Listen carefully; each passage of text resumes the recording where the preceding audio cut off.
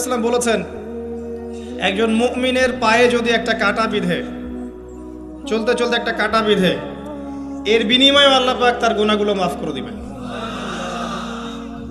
তো যে বিষয়টা বলছিলাম যে আল্লাহ রাব্বুল আলামিন সূরা আরাফের 179 নম্বর আয়াতে বলেছেন যে আমি প্রচুর জিন আর মানুষকে সৃষ্টি করেছি জাহান্নামের জন্য, যার দলিল আমরা একটা হাদিস থেকে দিলাম যে উম্মতে মুহাম্মাদি 73 দলে ভাগ হয়ে যাবে, যার 72টা দলই জাহান্নামে যাচ্ছে, একটা জান্নাতে যাবে, তার মানে সংখ্যা কম হচ্ছে।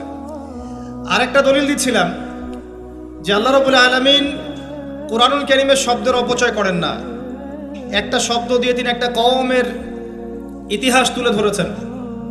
যেমন যুলকারনাইন যাচ্ছিলেন পূর্ব দিকে, যেতে যেতে একটা কওমকে দেখলেন যে কওমের সূর্যের আলো থেকে বাঁচার মতো প্রযুক্তি জানা ছিল না, এতই মানবেতর জীবনযাপন করত। আল্লাহ পাক এই কওম সম্পর্কে বললেন কাযালিক, এরা এমনই ছিল। একটা শব্দ দিয়ে কওমের পুরো হিস্ট্রি বলা শেষ। এই কাযালিকা শব্দ দিয়ে আপনি তাফসীর দেখতে পারেন এই কওম সম্পর্কে কত কি বলা হয়েছে। সেই আল্লাহ রাব্বুল আলামিন সূরাতুর রহমানের মধ্যে একই আয়াত 31 বার রিপিট করলেন বা 32 বার রিপিট করলেন, ফাবিআইয়ি আলাই রাব্বিকুমা তুকাযিবান। মানে কি, কারণটা কি? কারণ এই সূরার মধ্যে এমন কিছু আছে যেটা আল্লাহ পাক চাচ্ছেন আমরা বেশি বেশি করে বুঝি। তোমরা আল্লাহর কোন কোন নিয়ামতকে অস্বীকার করবে? আল্লাহ রাব্বুল আলামিন আমাদেরকে কৃতজ্ঞ হতে বলছেন এই সূরার মধ্যে। আমরা যদি আল্লাহর নিয়ামত চতুর্দিকে দেখি তাহলে গুণে শেষ করতে পারবো না। আল্লাহ পাক বারবার স্মরণ করাচ্ছেন তোমরা আল্লাহর কোন কোন নিয়ামতকে অস্বীকার করবে। এরপরেও মানুষ আল্লাহদ্রোহী আচরণ করছে। সহিহ বুখারীর মধ্যে 4 বার এই হাদিসটা আসার মানে হচ্ছে যে আল্লাহ পাক এখানেও বোঝানোর চেষ্টা করছেন যে জাহান্নাম থেকে বাঁচার জন্য আমাদের কত সতর্ক থাকা উচিত। হাদিসটা হচ্ছে এই, কিয়ামতের মাঠে আল্লাহ রাব্বুল আলামিন আদম আলাইহিস সালামকে ডাকবেন। আদম আলাইহিস সালামের নাম তো শুনেছেন, তিনি কে? আদি পিতা। তাকে কি কারণে সম্মানিত করা হয়েছিল বলেন? তাকে কি কারণে সম্মান দেওয়া হয়েছিল? জ্ঞানের কারণে। তাকে ফেরেশতারা সেজদা করলেন কি কারণে? শারীরিক গঠনের কারণে, শক্তির কারণে, জ্ঞানের কারণে। এই জ্ঞান এখন আমাদের মধ্যে চরম অভাব। এই জ্ঞানের চর্চার চরম অভাব আছে আমাদের মধ্যে। এখন আমরা জ্ঞান চর্চা করতে চাই না। আমরা স্লোগান দিতে চাই যে আল কোরআনের আলো ঘরে ঘরে জ্বালো, কিন্তু প্রত্যেকটা ঘরে একটা করে কোরআনের হাফেজ নাই। এমনকি প্রত্যেকটা ঘরে একটা করে মানুষও পাওয়া যাবে কিনা যারা কোরআন বিশুদ্ধ করে তেলাওয়াত করতে পারে। তবে একটা কথা বারবার বলি যে এইসব আইওয়াশ শোডাউন দিয়ে ইসলামের কোনো কল্যাণ নাই। ইসলামের কল্যাণ কনস্ট্রাকটিভ কাজ করতে হবে। প্রথমে জ্ঞান চর্চা করতে হবে, ক্লাসিক্যাল সাবজেক্টগুলো পড়তে হবে। ফর এক্সাম্পল কোরআন, আরবিক সাহিত্য, ফর এক্সাম্পল হাদিস, রাসূলের জীবনী সাল্লাল্লাহু আলাইহি ওয়াসাল্লাম, ফর এক্সাম্পল সিরাত, ইসলামের হিস্ট্রি, ইসলামিক ইকোনমিক্স, জিওপলিটিক্স, এবং আপনি যেখানে পড়ছেন সায়েন্স, আর্টস, কমার্স, এগুলো পড়বেন। পড়াশোনা করে জ্ঞান চর্চা করতে আমরা চাচ্ছি না, আমরা রাতারাতি ফল পেতে চাই। এই জন্য আইওয়াশ শোডাউনে বেশি ব্যস্ত থাকি। এগুলোতে ইসলামের কোনো খায়ের নাই, কল্যাণ নাই। আসেন, আদম আলাইহিস সালামকে আল্লাহ পাক ডাকবেন, ডেকে বলবেন তোমার সন্তানদের মধ্য থেকে জাহান্নামীদেরকে আলাদা করে দাও। আদম আলাইহিস সালাম বলবেন হে আল্লাহ কতজনকে আলাদা করে দেব? আল্লাহ রাব্বুল আলামিন বলবেন প্রতি 1000-এ 999 জনকে জাহান্নামের জন্য আলাদা করে দাও। বলেন ইন্না লিল্লাহ ওয়া ইন্না ইলাইহি রাজিউন। প্রতি 1000-এ 999 জনকে জাহান্নামের জন্য আলাদা করে দাও। আপনি গাণিতিকভাবে এটাকে ব্যাখ্যা করতে যায়েন না। এখানে বোঝানো হচ্ছে মেজরিটি, অর্থাৎ বেশিরভাগ মানুষ জাহান্নামে যাচ্ছে, কোনো সন্দেহ নাই। হ্যাঁ, এটা ঠিক, জাহান্নামে যাওয়ার পরে কবিরা গুনাহগার যে ব্যক্তিরা আছে তাদের জন্য নবী সাল্লাল্লাহু আলাইহি ওয়াসাল্লাম সুপারিশ করবেন, এবং যার অন্তরে সরিষা দানা পরিমাণ ঈমান ছিল, মন থেকে লা ইলাহা ইল্লাল্লাহ সাক্ষ্য দিয়েছে, একদিন না একদিন সে জান্নাতে যাবে ইনশাআল্লাহ। কিন্তু আমরা কি চাইবো জাহান্নামের শাস্তি ভোগ করে জান্নাতে যেতে? জাহান্নাম কি এটা একটা হাদিস দিয়ে বুঝাচ্ছি। আল্লাহ রাব্বুল আলামিন এই পৃথিবীর সবচেয়ে সুখী মানুষটাকে, এই পৃথিবীতে যার কোনো দুঃখ কষ্ট কিচ্ছু ছিল না, এই মানুষটাকে ডেকে নিয়ে আসবেন। ডেকে নিয়ে এসে জাহান্নামে ঢুকাবেন এক মুহূর্ত সময়ের জন্য, ধরেন 1 সেকেন্ড বা 1 ন্যানো সেকেন্ড। এরপরে বের করে নিয়ে আসবেন, নিয়ে এসে বলবেন পৃথিবীতে কি সুখে ছিলে? সেই ব্যক্তি বলবে সুখ কি জিনিস হে আল্লাহ আমি জানি না। আমি কি বুঝাতে পারছি ভাই? সুখ কি জিনিস আমি জানি না। আর আল্লাহ রাব্বুল আলামিন এই পৃথিবীর সবচাইতে কষ্টে থাকা মানুষটাকে ডেকে নিয়ে আসবেন, এনে জান্নাতে ঢুকাবেন, ঢুকে 1 মুহূর্ত সময় রাখবেন, বের করে নিয়ে আসবেন। বলবেন পৃথিবীতে কষ্টে ছিলে? সেই বান্দা বলবে কষ্ট কি জিনিস আল্লাহ আমি জানি না। এটাই সেই আয়াতের ব্যাখ্যা বলা যায়। আল্লাহ পাক বলেছেন কুল্লু নাফসিন যায়িকাতুল মাউত, প্রত্যেকটা নফস বা আত্মা মৃত্যুর স্বাদ গ্রহণ করবে। ফাইন্নামা তুওয়াফাউনা উজুরাকুম ইয়াওমাল কিয়ামাহ, কিয়ামতের মাঠে তোমাদের পূর্ণ প্রতিদান দেয়া হবে। ওই দিন ফামান যুহজিহা আনিন নার ওয়া উদখিলাল জান্নাহ ফাকাদ ফাজ, সেদিন যাকে আল্লাহ পাক জাহান্নাম থেকে বাঁচাবেন, জান্নাতে প্রবেশ করাবেন, একমাত্র সে ব্যক্তি সফল, আর কেউ সফল নয়। এই আয়াতটা হচ্ছে দ্য ডেফিনেশন অফ সাকসেস, যার পিছনে আমরা ছুটছি। আমরা সাফল্যের পিছনে ছুটি না। সফল হতে হবে, নিজের পায়ে দাঁড়াতে হবে, টাকা পয়সা করতে হবে, বাড়ি গাড়ি করতে হবে, ব্যাংক ব্যালেন্স করতে হবে, জমি জমা করতে হবে, একটা সুন্দরী গার্লফ্রেন্ড চাই, একটা স্ত্রী চাই, তাই না? আমরা সাফল্যের পিছনে ছুটতে চাই, আর আমাদেরকে বস্তুবাদী দর্শন শেখায় এগুলোই সাফল্যের মানদণ্ড। তা আল্লাহ পাক এখানে বলছেন যাকে জাহান্নাম থেকে বাঁচানো হবে আর জান্নাতে প্রবেশ করানো হবে, এই ব্যক্তি ছাড়া কেউ সফল না। পৃথিবীতে আপনি অনেক বড় নেতা হতে পারেন, ইভেন অনেক বড় আলেমও হতে পারেন, অনেক বড় পলিটিশিয়ান হতে পারেন, অনেক বড় প্রশাসনের কর্মকর্তা হতে পারেন, অনেক বড় ইকোনমিক্স হতে পারেন, কলামিস্ট হতে পারেন, বুদ্ধিজীবী হতে পারেন, হাফেজ হতে পারেন, হুএভার ইউ আর, যদি কিয়ামতের মাঠে আপনি জান্নাতে যেতে না পারেন, আপনি সফল না।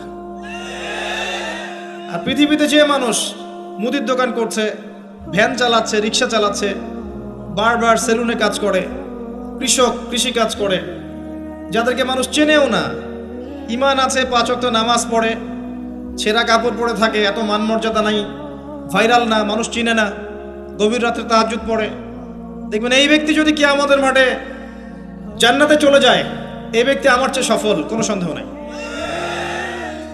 তা আমাদের দৃষ্টিভঙ্গি আগে চেঞ্জ করতে হবে, দুনিয়ামুখী দৃষ্টিভঙ্গি ত্যাগ করতে হবে, পরকালমুখী দৃষ্টিভঙ্গি দরকার। নবী সাল্লাল্লাহু আলাইহি ওয়াসাল্লাম সাহাবায়ে কেরামের ভিতরে এই পরিবর্তন নিয়ে এসেছিলেন, তাদেরকে আল্লাহমুখী করেছেন, আল্লাহমুখী। যখন তারা আল্লাহমুখী হয়ে গেছেন, তখন দুনিয়া তাদের কাছে তুচ্ছ হয়ে গেছে। দুনিয়ার কষ্ট সহ্য করে নিয়েছেন, দুনিয়ার ভোগ বিলাস ত্যাগ করে দিয়েছেন, দুনিয়াকে সর্বোচ্চ প্রাধান্য দেননি, হাজত বা প্রয়োজন মনে করেছেন। দুনিয়ার সব কাজ করেছেন শুধু আল্লাহ সন্তুষ্টির জন্য।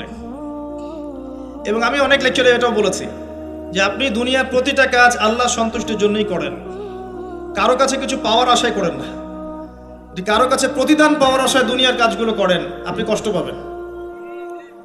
কারো কাছে আশা করেন না, আল্লাহর কাছে আশা করেন প্রতিদান, আপনি কষ্ট পাবেন না ইনশাআল্লাহ। কারণ আল্লাহ ছাড়া প্রকৃত অর্থে আমাদের আপন বলে কেউ নাই, শুধুমাত্র আল্লাহই আপনার আপন, বাকিরা আপনার প্রয়োজন। মানুষ মানুষকে ভালোবাসতে পারে না, মানুষ মানুষের অবস্থানকে ভালোবাসে। এটা আপনারা হারে হারে ফিল করবেন যত দিন যাবে দেখবেন এটা আখিরুজ জামান, শেষ জামানা চলছে। এখন ফিতনাগুলো এমন ভাবে পড়তে থাকবে যেন একটা মালা ছিঁড়ে দিলে পুঁথিগুলো যেমন টপটপ করে পড়ে যায়, এইভাবে ফিতনাগুলো আসতে থাকবে। ওই হাদিসের দিকে আসেন। নবী সাল্লাল্লাহু আলাইহি ওয়াসাল্লাম বলেছেন আদম আলাইহিস সালামকে ডেকে আনা হবে, বলা হবে তোমার সন্তানদের মধ্য থেকে জাহান্নামীদেরকে আলাদা করে দাও। আল্লাহ পাক বলবেন প্রতি 1999 জনকে আলাদা করে দাও, একজন জান্নাতে যাচ্ছে প্রতি 1000-এ। কিন্তু listen to me very carefully, কিন্তু আল্লাহ পাক সূরা নিসা একটা কথা বলেছেন, ইন্নাল্লাহা লা ইয়াগফিরু আন ইউশরাকা বিহি ওয়া ইয়াগফিরু মা দুনা যালিকা লিমান ইয়াশা। আল্লাহ রাব্বুল আলামিন তার সাথে শিরকের গুনাহ ছাড়া অন্য যে কোনো গুনাহ যাকে ইচ্ছা মাফ করতে পারেন। যে কোনো গুনাহ, যে কোনো গুনাহ আল্লাহ পাক মাফ করতে পারেন, শিরকের গুনাহ ছাড়া। আরেকটা গুনাহ আল্লাহ পাক ক্ষমা করবেন না, সেটা হচ্ছে বান্দার হক। বান্দার হক বান্দার সাথে সম্পৃক্ত। কারো টাকা চুরি করেছেন, কারো জমি আত্মসাৎ করেছেন, কাউকে গালি দিয়েছেন, কারো প্রতি জুলুম করেছেন, কাউকে অন্যায়ভাবে মেরেছেন, ছিনতাই করেছেন, ইত্যাদি ইত্যাদি, যেটা অন্যের হকের সাথে সম্পৃক্ত।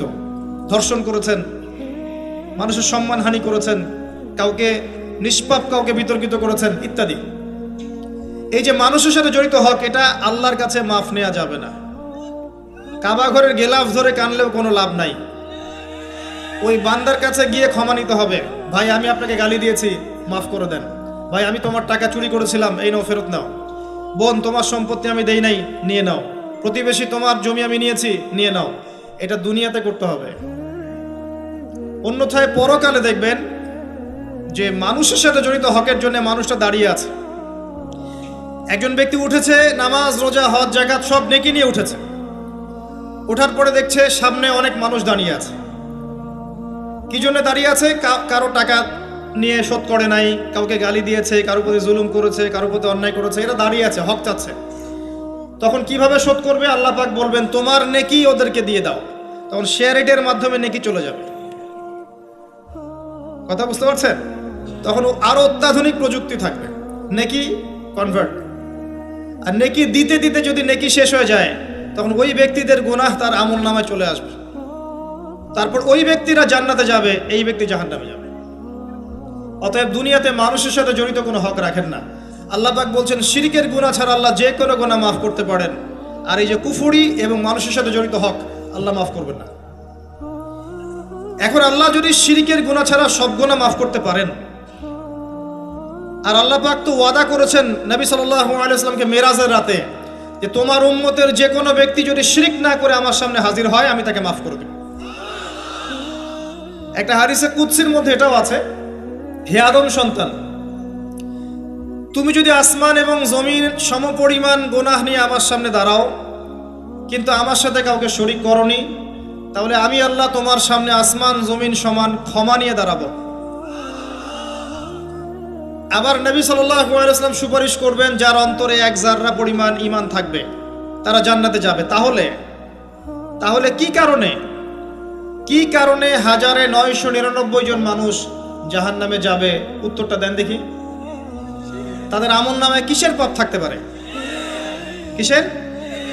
এটা বোঝার জন্য কি পিএইচডি করার দরকার আছে?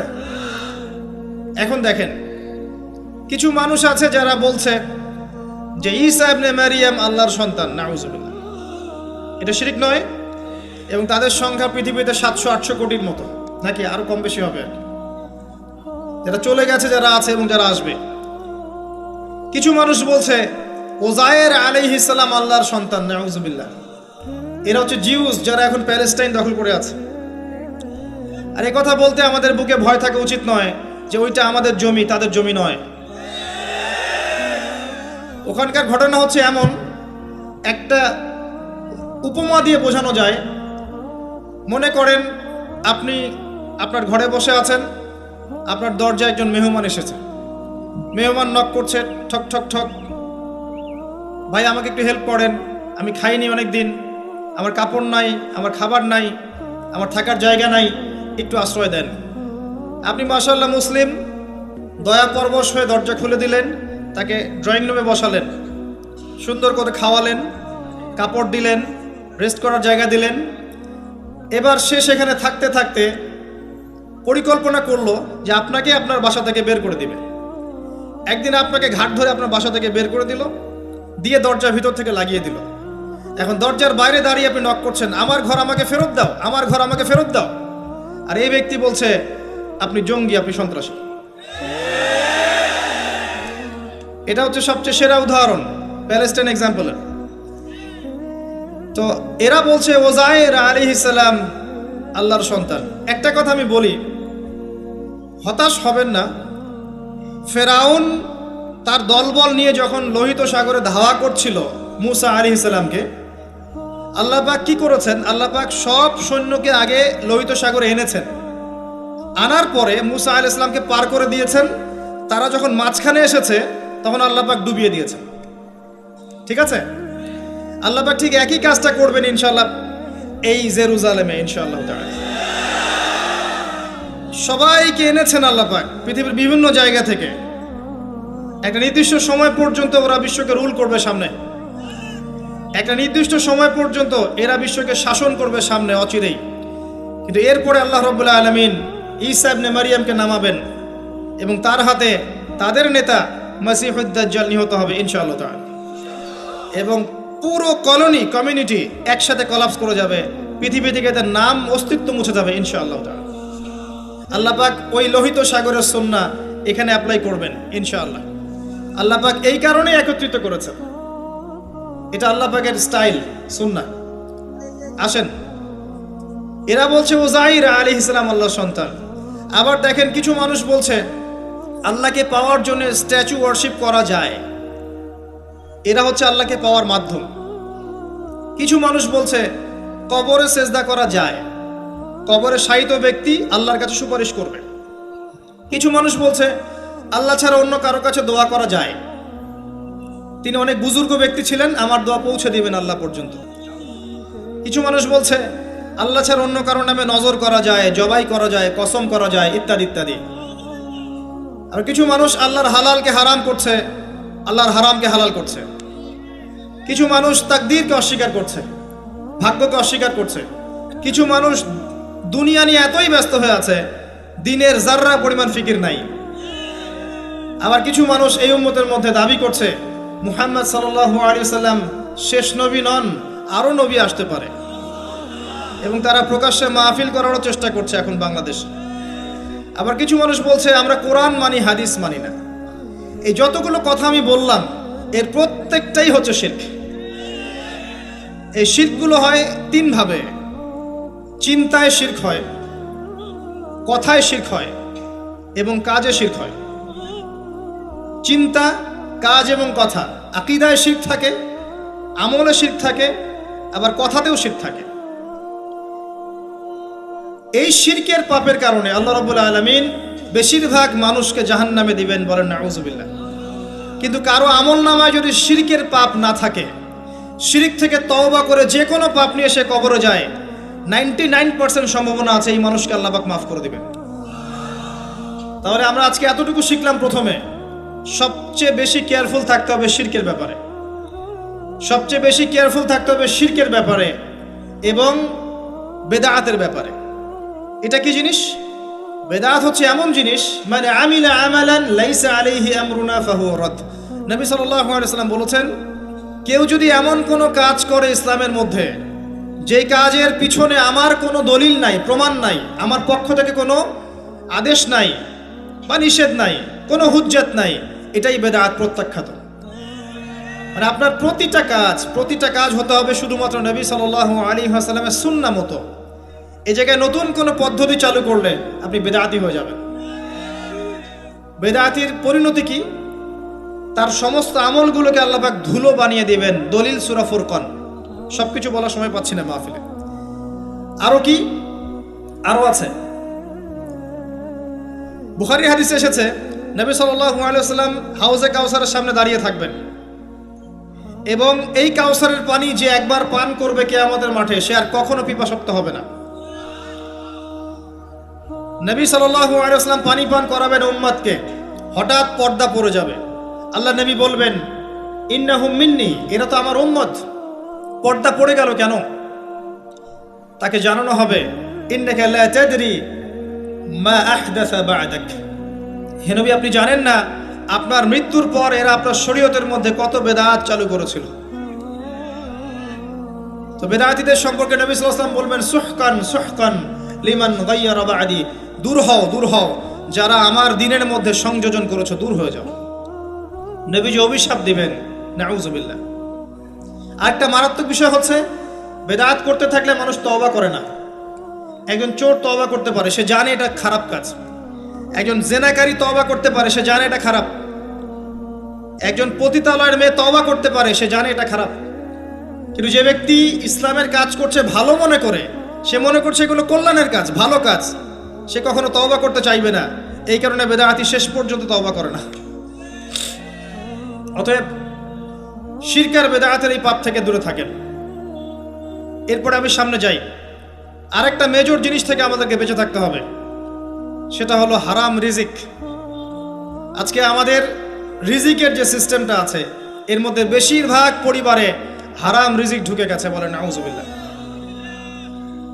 কেউ সরাসরি হারাম, কেউ ঘুরিয়ে ফিরিয়ে হারাম। সবচেয়ে বড় মারাত্মক যে হারামটা ঢুকেছে তার নাম হচ্ছে রিবা বা সুদ। ম্যাক্সিমাম আমরা সুদখোর। আমার কিসের দাড়ি টুপি এগুলো দেখার প্রয়োজন নাই, আমি নিজেও সুদখোর। কিভাবে? প্রত্যক্ষভাবে না হলে পরোক্ষভাবে। মনে করেন আমি একটা ফ্ল্যাটে ভাড়া থাকি, ফ্ল্যাটের মালিক আমার ভাড়ার টাকা দিয়ে তার ব্যাংকের লোন শোধ করে, পরোক্ষভাবে আমি সুদের সাথে সম্পৃক্ত আছি।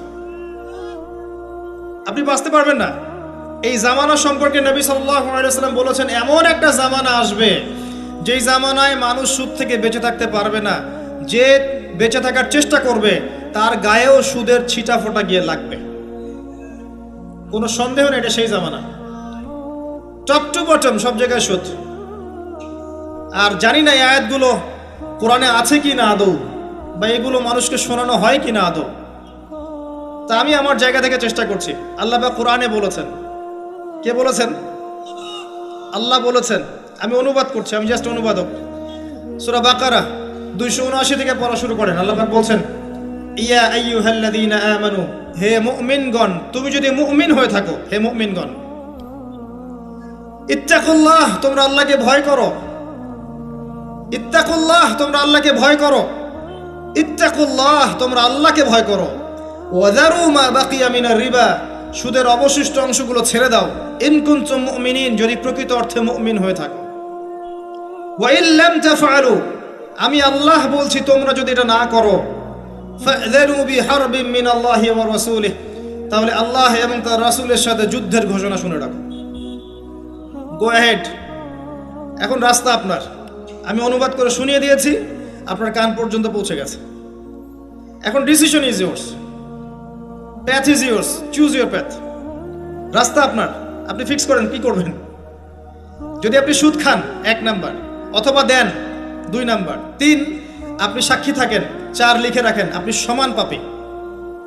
এই 4 শ্রেণীর মানুষকে নবী সাল্লাল্লাহু আলাইহি ওয়াসাল্লাম অভিশাপ দিয়েছেন, লাআনত করেছেন। আর নবী সাল্লাল্লাহু আলাইহি ওয়াসাল্লাম অভিশাপ নিয়ে যদি আমরা কবরে যাই, তাহলে মান নবিয়ুক উত্তর দিতে পারবো, এটা বিশ্বাস করা বোকামি।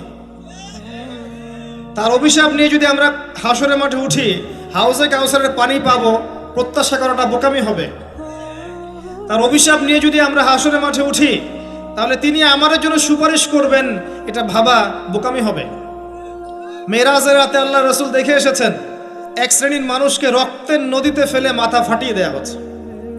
নবী জিজ্ঞাসা করলেন সাল্লাল্লাহু আলাইহি ওয়াসাল্লাম, এরা কারা হে জিবরাইল? জিবরাইল আলাইহিস সালাম বলেন, এরা আপনার উম্মতের সেই সব ব্যক্তি যারা ছিল সুদখোর, যারা সুদের মধ্য দিয়ে মানুষের রক্ত চুষে খেয়েছে। আজকে রক্তের নদীতে এদেরকে ফেলে মাথা ফাটিয়ে দেয়া হচ্ছে। কি করবেন আপনি ফিক্স করেন। ইসলাম তরবারির জোরে ছড়ায় নাই। আমি আপনার গর্দানে তরোয়াল ধরে বলবো না যে সুদ ছেড়ে দেন, বলবো? কেউ বলবে না। ইসলাম এভাবে ছড়ায় নাই। ইসলাম সৌন্দর্য দিয়ে ছড়িয়েছে, সুন্দর উপদেশ দিয়ে ছড়িয়েছে। উদউ ইলা সাবিলি রাব্বিকা বিল হিকমা ওয়াল মাউইযাতিল হাসানাহ ওয়াজাদিলহুম বিল্লাতি হিয়া আহসান, এভাবে ইসলাম ছড়িয়েছে। ফাযাক্কির ইন নাফাআতিয যিকরা সায়াযাক্কারু মান ইয়াখশা, হে নবী আপনি উপদেশ দিন, যদি উপদেশ কাজে লাগে শীঘ্রই যারা আল্লাহকে ভয় করে তারা আপনার উপদেশ গ্রহণ করবে ইনশাআল্লাহ। ওয়া ইয়াতাজান্নাবুহাল আশকা, যারা পাপাচারী ফাসিক তারা উপদেশ গ্রহণ করবে না। ফাযাক্কির ইন্নামা আনতা মুযাক্কির, আপনি উপদেশ দিন, আপনি শুধু উপদেশদাতা। লাস্তা আলাইহিম বিমুসাইতির, আপনি কারো উপর দারোগা নন। এটা একজন দায়ীর কাজ, একজন আলেমের কাজ, এর বেশি কিছু না। আমাদের ম্যাক্সিমাম রিজিকের মধ্যে সুদ ঢুকে গেছে। হয় আমরা খাচ্ছি, না হলে দিচ্ছি, না হলে সাক্ষী থাকছি, না হলে লিখে রাখছি। আরেকটা কথা বলি, এই হাদিসটাও শুনে রাখেন। নবী করিম সাল্লাল্লাহু আলাইহি ওয়াসাল্লাম কার নবী? আপনার তো, আপনারই তো নবী। তিনি বলেছেন সুদের পাপের 73টা শাখা আছে। কতটা? যার সর্বনিম্ন শাখা হচ্ছে নিজের মায়ের সাথে জেনা করা। এখানে যদি একটা বিল্ডিং থাকে, যে বিল্ডিং এর মধ্যে মনে করেন কথার কথা না আউযুবিল্লাহ অনেক প্রস্টিটিউট মহিলা আছে, কথা বুঝতে পারছেন? এখানে আছে অনেক প্রস্টিটিউট মহিলা যারা এখনকার ভাষায় সেক্স ওয়ার্কার্স, কারণ তারা যৌনকর্মী বলতে চায়, পতিতা শব্দ ইউজ করতে চায় না, তারা এটাকে একটা স্বীকৃতি দিতে চেষ্টা করছে আর কি। সেক্স ওয়ার্কার্স এটা একটা কাজ, নাউযুবিল্লাহ।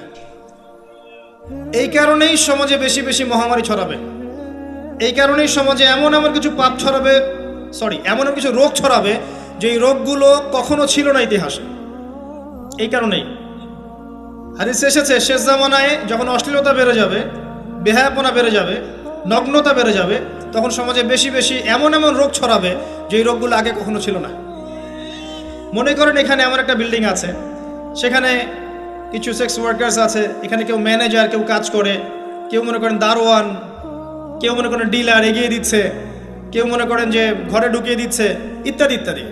এক একজন এক এক সেকশনে কাজ করছে, আর একটা কর্পোরেট সেকশনের মতো। এখন আপনি কি তাদের কারো বাসায় দাওয়াত খেতে চাইবেন? আপনি কি তাদের কারো উপার্জন খেতে চাইবেন? যদি এমন হয় এখানে সব সেক্স ওয়ার্কার্স নয়, সবাই আমাদের মা, নাউযুবিল্লাহ। শব্দটা প্রয়োগ করলাম আঘাত করার জন্য, কারণ নবীজি বলেছেন মায়ের কথা। মনে করেন এরা সবাই আমাদের মা, নাউযুবিল্লাহ। এখন কি আপনি এটাকে পছন্দ করবেন? এখানে যদি কেউ কাজ করে তার রিজিক খেতে চাইবেন? রিবার মধ্য দিয়ে আমরা এগুলো করছি, কোনো ফিকির নাই, যায় আসে না কাজ কারো কিছু, দিব্যি খাচ্ছে। যখন দেখবেন পাপ করতে করতে করতে করতে আমার মনের মধ্যে কোনো রিয়াকশন হচ্ছে না, তখন বুঝে নেবেন কলব মরে গেছে, ডিস্ট্রয়েড, ডেড হার্ট। হ্যাঁ, একজন মুমিনের পরিচয় হচ্ছে ছোট ছোট পাপ তার কাছে পাহাড়ের মতো মনে হবে, আর একজন ফাসিকের পরিচয় হচ্ছে বড় বড় পাপ তার কাছে মাছির মতো মনে হয়, তাড়ালেই চলে যাবে। আরো আছে, সহিহ বুখারীর একটা হাদিসে নবীজি বলেছেন, যে ব্যক্তি 1 দিরহাম সুদ খায় সে যেন 36 বার জেনা করেছে। একবার জেনা করার শাস্তি 100 বেত্রাঘাত এবং 1 বছরের জন্য বহিষ্কার, যেটাকে আমরা উস্কে দিই এখন বলি কাছে আসার গল্প। একবার সূরা নূর পড়েন, সূরা নূরের প্রথম আয়াতগুলো পড়েন। যদি কেউ জেনা করে একবার 100 বেত্রাঘাত এবং 1 বছরের জন্য বহিষ্কার। আর যদি কোনো বিবাহিত ব্যক্তি করে তার শাস্তি হচ্ছে রজম, পাথর নিক্ষেপ করে হত্যা করা। আর 1 দিরহাম সুদ খেলে আপনি 36টা মেয়েকে রেপ করছেন। এবার চিন্তা করেন, এই শাস্তিগুলো যদি দুনিয়ায় কার্যকর না হয় এবং দুনিয়াতে যদি আমরা তওবা না করে যেতে পারি, পরকালে কার্যকর হবে কোনো সন্দেহ নাই। দুনিয়াতে শোধ করে যাওয়া ভালো পরকালের চাইতে। অতএব আল্লাহর ওয়াস্তে আমি হাত জোর করে রিকোয়েস্ট করছি, আল্লাহর ওয়াস্তে সুদ ছেড়ে দেন। ভ্যান চালায় খান, সবজি বিক্রি করে খান, একটা ছোট কাপড়ের ব্যবসা করে খান, একটা মাছের আড়ত করে খান, গবাদি পশু প্রতিপালন করে খান, কৃষিকাজ করে খান, আল্লাহর ওয়াস্তে সুদে যায় না। আপনার পুরো দুনিয়া এবং আখিরাত বরবাদ হয়ে যাবে এবং আপনি এর মধ্য দিয়ে আল্লাহর সাথে যুদ্ধ করছেন, নবীর সাথে যুদ্ধ করছেন। এর উপরেও আছে পেপার মানির মধ্যে সুদ। ওই যে বললো 1 দিরহাম, এই দিরহাম আবার কি জিনিস? দিরহাম মানে রৌপ্য মুদ্রা, দিনার এটা কি জিনিস? স্বর্ণ মুদ্রা, ইসলামিক মুদ্রা। সেই যে চলে গেছে ব্রিটিশরা আসার আগে, এখন আর দেখা যায় না। একটা গোল্ড কয়েন যার মূল্যটাকে ইকোনমিক্সের ভাষায় বলে ইন্ট্রিনসিক ভ্যালু। এই ভ্যালুটা এই স্বর্ণ মুদ্রার ভিতরেই থাকে। একটা পেপার মানির ভ্যালু, ইন্ট্রিনসিক ভ্যালু এর ভিতরে থাকে না, এর বাইরে থাকে, যেটাকে আপনি নিয়ন্ত্রণ করতে পারবেন, কমাতে পারবেন, বাড়াতে পারবেন। আর এর সাথে যখন পেট্রো ডলার অ্যাড হয়েছে তখন তো মাশাআল্লাহ জুলুম আরো উপরে উঠে গেছে। আর যারা পেট্রো ডলার সিস্টেম চালু করেছে, এইসব ভোগবিলাসী আরবদেরকে আমরা বলি এরা হচ্ছে আমিরুল মুমিনিন, নাউযুবিল্লাহ, সুবহানাল্লাহ। কত অন্ধ হলে মানুষ এদেরকে আমিরুল মুমিনিন মনে করতে পারে, যারা মুসলিমদের প্রপার্টি সব আমেরিকার হাতে তুলে দিয়েছে, আর সেই প্রপার্টি দিয়ে এরা বম্বিং করে করে সারা বিশ্বের মধ্যে মুসলিম হত্যা করছে। আল্লাহ পাক সেই যে বলেছেন সূরা মাইদার মধ্যে 51 নম্বর আয়াতে, ইয়া আইয়ুহাল্লাযীনা আমানু, হে মুমিনগণ, লা তাত্তাখিযুল ইয়াহুদা ওয়ান নাসারা আউলিয়া, হে মুমিনগণ তোমরা ইহুদি এবং খ্রিস্টানদেরকে বন্ধুরূপে গ্রহণ করো না। কে বলেছেন? আল্লাহর চেয়ে কি আমি জিওপলিটিক্স ভালো বুঝি? আল্লাহর চেয়ে আমি আমার ভালো মন্দ ভালো বুঝি? কাদেরকে বা'দুহুম আউলিয়া ও বা'দ, যারা একে অপরের বন্ধু।